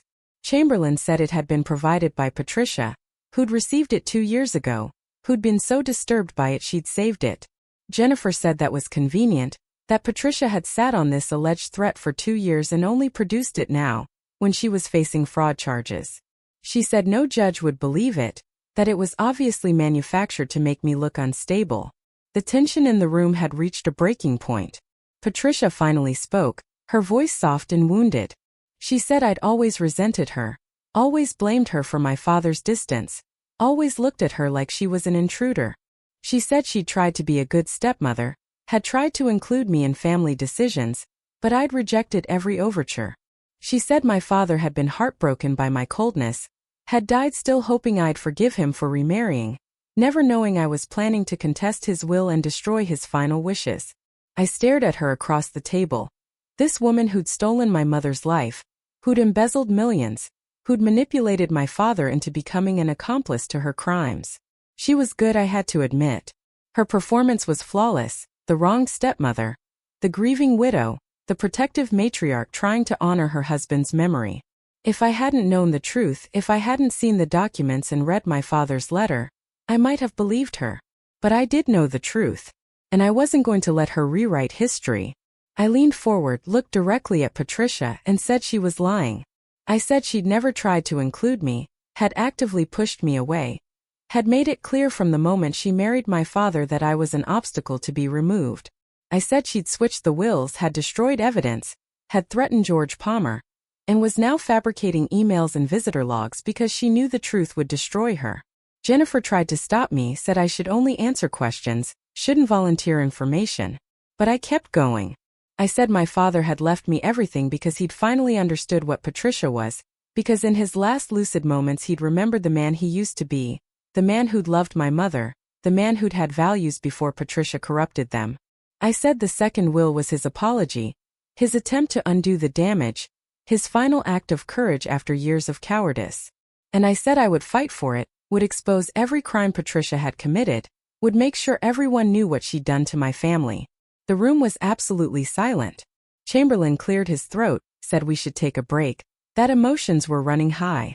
Jennifer agreed, gathered her papers, guided my mother and me out of the conference room. In the hallway, she told me I'd done well until the end, that the outburst had given them ammunition, that I needed to control my temper. I said I was done being controlled, done being careful, done protecting people who'd hurt me. Jennifer's expression softened. She said she understood, but this was a legal battle, not an emotional one, and winning required discipline. We didn't go back after the break. Jennifer sent a message saying her clients were exhausted, that we'd resume the following day. We left the building and walked to Jennifer's car in silence. My mother looked pale, shaken, older than she had that morning. I asked if she was all right. She said she'd forgotten what Patricia was like, how convincing she could be, how she could twist truth into lies and make people believe her. I told my mother I believed her, that nothing Patricia said would change that. My mother smiled weakly, said she hoped the judge would feel the same way. That night we stayed at Jennifer's house, a comfortable colonial in Newton with a guest room, and a dog that greeted us like we were family. Jennifer made pasta, opened wine, tried to lighten the mood. She said depositions were always ugly, that Patricia's lawyers were doing exactly what she'd expected, trying to rattle us, trying to find inconsistencies they could exploit. But she said we'd held up well, that our stories were consistent, that the forged documents would actually help us because they showed how desperate Patricia was. The next morning we returned for my deposition. This time I was ready, controlled, careful. Chamberlain asked the same questions in different ways, trying to trip me up, trying to get me to contradict something I'd said the day before. But I stuck to the facts, answered only what was asked, refused to be baited into emotional responses. When he asked about my relationship with my mother, when he suggested we'd conspired to create the second will, when he implied I was using her to legitimize a forgery, I simply said no, that wasn't what happened, that we could both submit to polygraph tests if that would help establish our credibility. Jennifer had advised against offering the polygraph, said it was risky, but I was confident in the truth. Chamberlain seemed surprised, made a note, said they'd consider it. Monica Reeves took over, focused on the technical details of the will, asked how I'd known where to look, why my father would hide such an important document instead of keeping it with his attorney. I said he'd been afraid of Patricia, afraid she'd destroy it, afraid that if he kept it anywhere she had access, it would disappear. I said the lighthouse was the one place she'd never been, the one property she'd never controlled, the one safe place he could think of. Reeves asked why he hadn't just divorced Patricia if he was so afraid of her.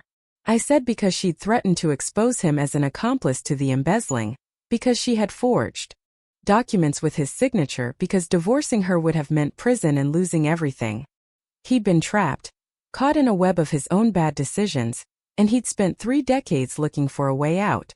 The second will was that way out, his escape plan, his attempt to finally do the right thing even though it came too late to undo all the harm. The depositions ended on Friday afternoon. We were all exhausted, wrung out, barely capable of conversation. Jennifer said the next phase would be court hearings, that Patricia's lawyers would file motions to dismiss, would argue the second will was invalid, would try every legal maneuver they could think of. But Jennifer was confident, said we had the stronger case, said judges didn't like families that manipulated dying relatives and destroyed evidence. She said it would take months, maybe a year, but she believed we would win. My mother and I drove back to Kennebunkport that evening, through rain that turned the highway into a river of red taillights. We didn't talk much, just listened to the radio, let the miles pass. When we finally pulled up to her cottage, the windows dark, the garden soaked, she turned to me and said she was proud of me, proud of how I'd handled the depositions, proud of the woman I'd become despite everything. I told her I couldn't have done it without her, without knowing she was real, without having her beside me. The following weeks blurred together. Jennifer filed motion after motion, each one carefully crafted, each one backed by evidence that was increasingly difficult for Patricia to refute. George Palmer gave his deposition, testified about the secure server, about my father's instructions, about witnessing the second will. Jonathan Matthews gave his deposition, explained the vault breach, provided security logs showing Patricia had been in the building the night the wills were switched. The case against Patricia was building, becoming undeniable, a mountain of evidence she couldn't climb. But Patricia fought back with everything she had. Her investigators dug into my mother's past, found the years she'd worked without documentation, filed complaints with immigration authorities even though my mother was a citizen. They filed ethics complaints against Jennifer, claiming she'd manufactured evidence. They leaked stories to the press, painting me as a bitter daughter trying to steal an inheritance I didn't deserve, painting my mother as a grifter who'd abandoned her child and was now exploiting her for money. The publicity was brutal. Reporters camped outside Jennifer's office, outside my mother's cottage, outside every location connected to the case. News vans blocked streets, cameras tracked our movements, strangers offered opinions about people they'd never met.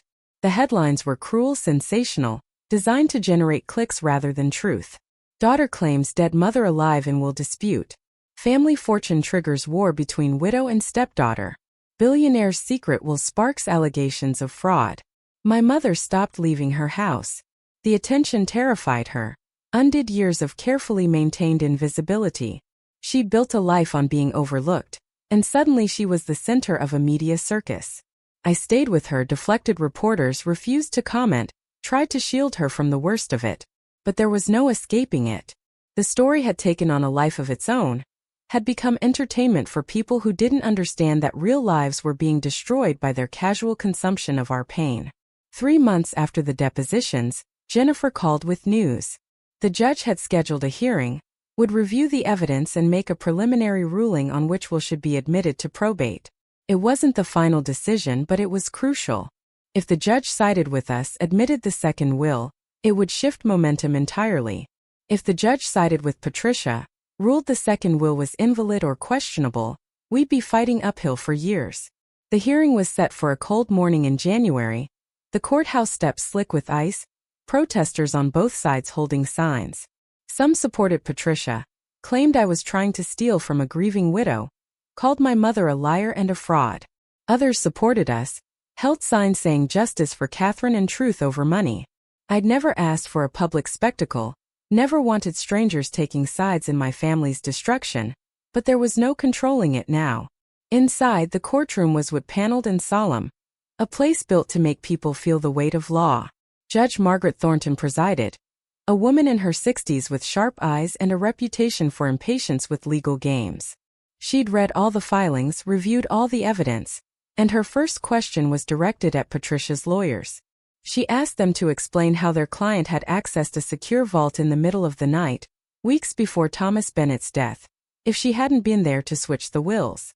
Chamberlain stood, smoothed his tie, said his client had been retrieving medical documents, had every right to access files related to her husband's care, had done nothing wrong. Judge Thornton asked why medical documents would be stored in a vault designated for estate planning materials. Chamberlain said the documents were mixed together, that Thomas had been disorganized in his final months, that there was no evidence Patricia had tampered with anything. The judge looked unimpressed, made a note, moved on. She asked Jennifer to present the second will, to explain its provenance, to establish the chain of custody. Jennifer walked her through everything. The lighthouse location, the hidden panel, the combination based on Catherine Bennett's birthday, the metal box containing the will and letter. She presented photographs, video of the lamp room, testimony from George Palmer about helping Thomas hide the will. She presented the digital archives, the financial records showing Patricia's embezzling, the forged signatures, the evidence of conspiracy that spanned decades. Judge Thornton asked my mother to stand, asked her to confirm her identity. My mother rose, her voice clear, said she was Catherine Margaret Williams Bennett, born June 14, 1952, married to Thomas Bennett in 1974, mother to Victoria Bennett. The judge asked why she'd allowed her daughter to believe she was dead for 35 years. My mother said because she'd been threatened, because staying hidden had been the only way to keep her daughter safe, because she'd believed Thomas when he said it was temporary. The judge asked if she had proof of these threats. My mother said no, it had been her word against Patricia's. The judge asked if that didn't make her testimony unreliable, based on claims that couldn't be verified. My mother said the proof was in Patricia's actions, in the embezzling that was documented, in the switched wills, in the destroyed evidence, in the pattern of behavior that showed what Patricia was capable of. She said if the court looked at everything Patricia had done, everything she tried to hide, it would become clear that the threats were real, that the danger had been real, that her choice to disappear had been the desperate act of a mother trying to protect her child. The courtroom was silent. Judge Thornton studied my mother for a long moment, then nodded, said she could sit. The judge reviewed documents, asked questions about signatures and dates and witnesses, probed for weaknesses in both sides' arguments.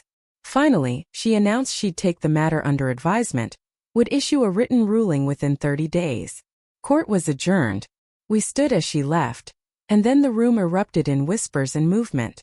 Outside, reporters swarmed, shouting questions we didn't answer.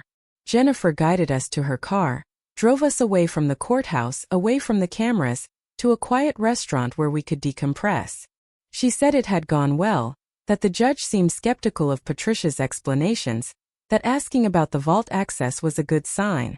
But she cautioned us not to celebrate yet, that judges were unpredictable, that we wouldn't know anything until the ruling came down. The next 30 days were agony. I tried to work, tried to focus on my research, but every day felt like waiting for a verdict that would determine my entire future. My mother and I stayed together, two women who'd found each other after decades apart, now bound by a legal battle neither of us had wanted. We talked about what we'd do if we won, how we'd handle the inheritance, what we'd do with Bennett Maritime Holdings. My mother said she wanted no part of it, that money had destroyed my father and she wouldn't let it destroy us. I said I wanted to sell the company, donate most of the proceeds, keep enough to be comfortable but not enough to be corrupted. But mostly we talked about what we'd do if we lost, how we'd move forward, how we'd build lives that weren't defined by this fight. My mother said she'd survive 35 years of exile. She could survive losing in court. I said I'd survived growing up feeling unwanted. I could survive being erased from my father's will. We told each other we'd be fine either way, but we both knew we were lying, knew that losing would break something in us that might not heal. The ruling came on a Tuesday morning, delivered by email at 8:15. Jennifer called immediately, her voice shaking with something that sounded like triumph. She said to get to her office, that we needed to read it together, that we'd won the first battle. My mother and I drove to Portland in silence, afraid to hope, afraid to believe. In Jennifer's office, she pulled up the ruling on her laptop, turned the screen so we could read. Judge Thornton had admitted the second will to probate, had ruled that it was properly executed and represented Thomas Bennett's true final wishes. She'd found that the first will had been obtained through undue influence and fraud, that Patricia Bennett had manipulated a dying man and switched documents to benefit herself. She'd ordered the estate frozen, had appointed an independent administrator, had begun the process of investigating Patricia for criminal charges. The ruling was 12 pages long, methodical and damning. The judge wrote that she found Catherine Bennett's testimony credible, that the documentary evidence supported every claim she'd made, that Patricia's explanations for her vault access and the switched will strained credulity to the breaking point. She wrote that Thomas Bennett had clearly been afraid of his wife, had taken extraordinary measures to hide his true will, had trusted that his daughter would find it when the time came.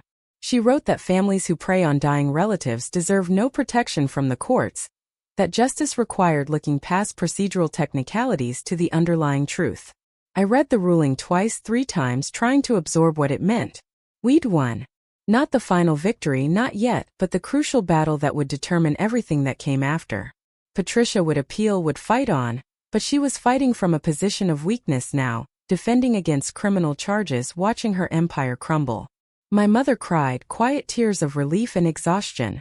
Jennifer smiled, said this was why she'd become a lawyer, for moments like this when the system worked the way it was supposed to. We left Portland and drove back to Kennebunkport, watching the sun set over the ocean, turning the water gold and orange. My mother said she wanted to visit my father's grave, wanted to tell him that his daughter had won, that his final act of courage had mattered. We drove to the cemetery in Boston, walked through rows of marble headstones until we found his. Thomas Richard Bennett, the stone read, "Beloved husband and father." The words felt like lies, but they were the lies he'd lived with, the comfortable fictions that had made life bearable. My mother knelt beside the grave, placed her hand on the cold stone. She said she'd forgiven him years ago, that she understood weakness, that she knew how easy it was to make one bad choice and then spend a lifetime trying to justify it. She said she hoped he'd found peace, hoped he knew his daughter had become someone good despite everything, hoped he understood that love sometimes meant sacrifice, even when that sacrifice looked like abandonment. I stood behind her, watching her say goodbye to a man she'd loved and lost long before he died. That night the news broke. Patricia Bennett arrested on charges of fraud, embezzlement, and conspiracy. The headlines were everywhere. The woman who'd been painted as a grieving widow now shown in a mugshot. Her perfect composure finally cracked. Marcus and Lauren were implicated too. Their names appearing in the charging documents, their assets frozen, their reputations destroyed. The empire Patricia had built was collapsing, and everyone who'd helped her was going down with her. The trial took another 8 months. Patricia's lawyers fought desperately. But the evidence was overwhelming. The jury deliberated for 2 days before returning guilty verdicts on all counts. Patricia was sentenced to 15 years in federal prison. Marcus got 12. Lauren got 8. The judge said they betrayed not just their family, but the basic social contract that said you don't steal from the dying, don't manipulate the vulnerable, don't destroy evidence to cover your crimes. When it was over, when the appeals had been exhausted and the sentences were final, I inherited everything. The houses, the company, the investments, $340 million that felt more like a burden than a blessing. I sold Bennett Maritime Holdings to a competitor, donated half the proceeds to ocean conservation efforts, kept enough to be secure but not enough to lose myself. I bought my mother a new house in Kennebunkport, bigger than her cottage, with a garden she could tend and windows facing the sea. Kept the lighthouse, the place where my father had hidden the truth, and turned it into a retreat for people escaping domestic violence, a place where they could be safe while they rebuilt their lives. The Beacon Hill mansion I sold immediately, couldn't stand to set foot in it again. The Newport House became a marine research station, hosting scientists studying climate change and coastal erosion. The art collection, the cars, the jewelry, all of it was liquidated, turned into money that could do something useful instead of just sitting in glass cases gathering dust. I kept almost nothing, just a few photographs of my father before Patricia, a few letters he'd written to my mother when they were young and hopeful, proof that once, a long time ago, he'd been capable of love that wasn't transactional. My mother and I see each other weekly, sometimes more. We cook together, walk on the beach, talk about everything and nothing. We're still learning each other, still building something that was interrupted before it could fully form. It's not the relationship we would have had if she'd never left, but it's real and it's ours and it's enough. She tells me about her childhood on the farm, about her parents who worked until their hands bled, about the values she learned from dirt and animals and seasons that couldn't be rushed. I tell her about my work, about coral reefs dying and kelp forests disappearing, about trying to document what we're losing before it's gone forever. Sometimes we talk about my father, about the man he was and the man he became, about how fear can turn you into someone you don't recognize. My mother says he was good once, genuinely good, before ambition convinced him that winning mattered more than being decent. She says his biggest mistake wasn't marrying Patricia, wasn't even sending her away, but not fighting when it mattered, not standing up when he still had the power to make a difference. She says cowardice compounds, that each time you choose comfort over courage, it gets easier to keep choosing wrong, until one day you wake up and don't recognize the person in the mirror. I think about that a lot, about the choices we make and the people we become. My father tried to buy redemption with a hidden will, tried to fix in death what he'd broken in life. It wasn't enough, couldn't be enough, but it was something. It gave me back my mother, gave me the resources to do meaningful work, gave me a chance to build something good from the wreckage of his mistakes. Maybe that's all forgiveness is, not excusing what was done, but refusing to let it define what comes next. I still work as a marine biologist, still spend months at sea studying ecosystems most people never see. But now I fund my own research, build my own teams, answer to no one but the questions I'm trying to solve. I've published papers on coral restoration, on kelp forest recovery, on resilience in systems that have been damaged but not destroyed. My colleagues don't know about the inheritance, about the trial, about the family that imploded over money and lies. To them, I'm just another researcher. Someone who cares about salt water and sunlight, and the stubborn persistence of life in harsh conditions. My mother sometimes asks if I'm happy, if the fighting was worth it, if having the inheritance has made my life better. I tell her I don't know about happy, but I'm purposeful, I'm building something that matters, I'm using resources that almost destroyed my family to try to protect things that can't protect themselves. I tell her the money is just a tool, that it has no inherent meaning, that what matters is what you build with it, what you choose to value, who you become in the process of deciding what's worth fighting for. She understands. She spent 35 years with almost nothing, built a life from fragments, found meaning in the small acts of helping others learn to read, of tending a garden, of watching the ocean change with the seasons. She says wealth is dangerous because it makes you think you're special, makes you forget that everyone is just trying to survive with whatever tools they've been given. She says the real inheritance my father left me wasn't money. It was the lesson of what happens when you forget that, when you start believing your comfort matters more than someone else's suffering. On the anniversary of my father's death, my mother and I returned to his grave. We don't bring flowers, don't perform grief we don't feel. We just stand there in the cold Boston morning, acknowledging that he existed, that he mattered, that he failed in ways that hurt people but also succeeded in ways that saved them. We tell him about the foundation, about the lighthouse, about the research station in Newport. We tell him his money is being used to protect things instead of exploiting them, to create opportunities instead of hoarding them, to lift people up instead of pushing them down. I don't know if he can hear us. Don't know if anything persists beyond the silence of death. But standing there with my mother, feeling the wind that comes off the harbor, smelling the salt and decay and stubborn life of the coast, I feel something like peace. Not forgiveness exactly, but an acceptance that people are complicated, that they contain multitudes of good and bad, courage and cowardice, love and fear. My father was all of those things, and so am I, and so is everyone trying to navigate the impossible task of being human. We leave the cemetery and drive back to Kennebunkport, past towns I've driven through 100 times, past coastline that's been here longer than any of us and will remain long after we're gone. My mother puts her hand on mine, the same hand that pushed me on swings when I was small, the same hand that packed a bag and left me sleeping so she could protect me from dangers I was too young to understand. I hold on tight, feeling the bones beneath papery skin, the strength that survived 35 years of exile, the love that never stopped even when everything else did. The lighthouse appears in the distance, white against blue sky, standing where it stood for a century, warning ships away from rocks, guiding them to safety. Inside, people are healing, rebuilding, learning to trust again after betrayal. My father's money made that possible, his final attempt to be the man he should have been all along. It's not enough to redeem him, not enough to erase the harm, but it's something. And sometimes something is all we get. Sometimes that has to be enough. 5 years have passed since the trial ended, and I'm standing on the deck of a research vessel anchored off the coast of Maine.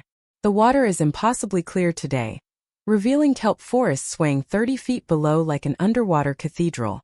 My team is preparing for a dive to document recovery patterns in areas we've been restoring, planting new kelp, removing invasive species, giving the ecosystem a chance to remember what it used to be. This work moves slowly, requires patience most people don't have, demands faith that small actions compound into meaningful change.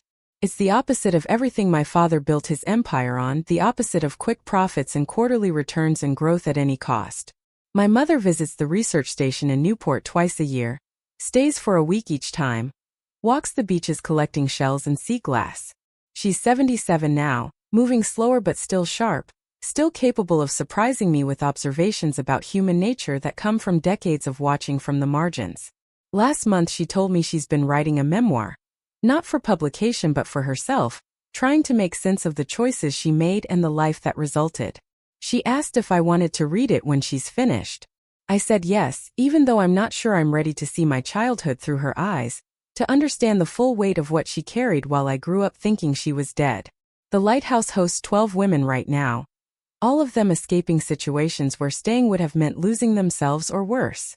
They arrive broken, terrified, convinced they have nowhere to go and no one who will believe them. The staff helps them file restraining orders, find lawyers, access resources they didn't know existed.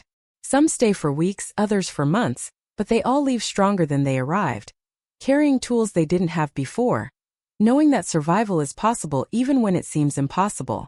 My father's money funds this, his wealth transformed into safety, his legacy rewritten one rescued life at a time. I think about legacy often, about what we leave behind when we're gone, about whether redemption is possible or if we're all just stumbling forward trying to do less harm than the generation before us. My father tried to fix everything with a hidden will, a dramatic gesture that cost him nothing because he was already dying. It worked, in the sense that I got the inheritance and Patricia went to prison, but it didn't erase the decades of cowardice, didn't restore the years my mother and I lost, didn't undo the damage to everyone who'd been hurt by his choices.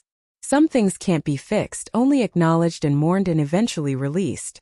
Patricia writes me letters from prison, or she did for the first 2 years until I asked her to stop. They were always the same, claiming she'd been trying to protect my father, claiming she'd loved him in her way, claiming I'd misunderstood everything. She never once apologized, never acknowledged the embezzling or the threats or the manipulation. Even behind bars, even with everything taken from her, she couldn't admit what she'd done. I don't hate her anymore, which surprises me. Hatred requires energy I'd rather spend elsewhere. Requires keeping her alive in my thoughts when I'd prefer she fade into irrelevance. She's serving her sentence, and that's enough. Justice doesn't require my continued attention. Marcus and Lauren I hear about occasionally through mutual acquaintances, both of them rebuilding lives on a much smaller scale, working ordinary jobs, living in ordinary neighborhoods, learning what it means to exist without the cushion of inherited wealth. I hope they've learned something, hope they've become better people, but I don't need to know either way. They made their choices, faced the consequences, and whatever comes next is between them and their own consciences. I've spent enough of my life defined by my father's family. I'm building my own now, choosing who belongs in it, creating something that reflects my values instead of inheriting someone else's mistakes. The ocean stretches out endlessly, dark blue fading to lighter blue at the horizon, clouds casting shadows that move across the surface like thoughts across a mind. I breathe salt air, feel wind that's traveled thousands of miles before reaching me, hear seabirds calling as they hunt for fish driven upward by the currents below. This is what matters to me now, this work of restoration and documentation, this patient attention to systems that don't care about human timelines or human drama. The kelp doesn't know about wills or trials or family betrayals. It just grows or doesn't grow, responds to light and nutrients and temperature, follows patterns that have sustained life for millions of years. My mother says I've found peace, and maybe she's right, though peace feels too simple a word for what I've built. It's more like purpose, like alignment between who I am and what I do, like finally understanding that the life I'm living is the one I chose instead of one that was chosen for me.